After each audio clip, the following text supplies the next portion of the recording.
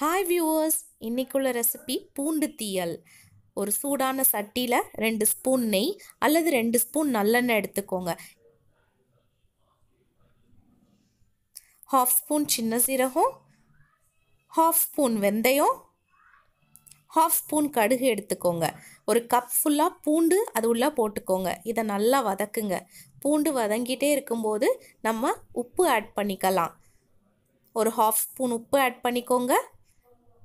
ஒரு pinch of turmeric, 1/2 spoon chilli powder, 1 spoon கொத்தமல்லி பொடி ஆட் பண்ணிக்கோங்க.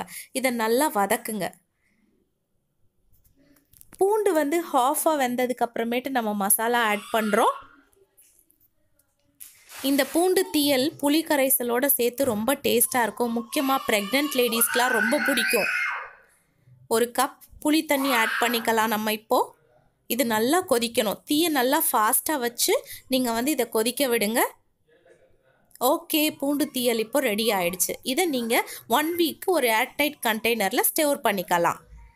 இது கூட சுடு சாதம் அல்லது ஆறுன சாதம் விரசி நீங்கள் என்ன பண்ணிக்கலாம், இதை பூண்டு சாதமாகவும் யூஸ் பண்ணிக்கலாம். டேஸ்டியான பூண்டு தீயலை சமைச்சு சாப்பிட்டு பாருங்கள். எங்களுக்கு கமெண்ட் போஸ்ட் பண்ணுங்கள். தேங்க்யூ.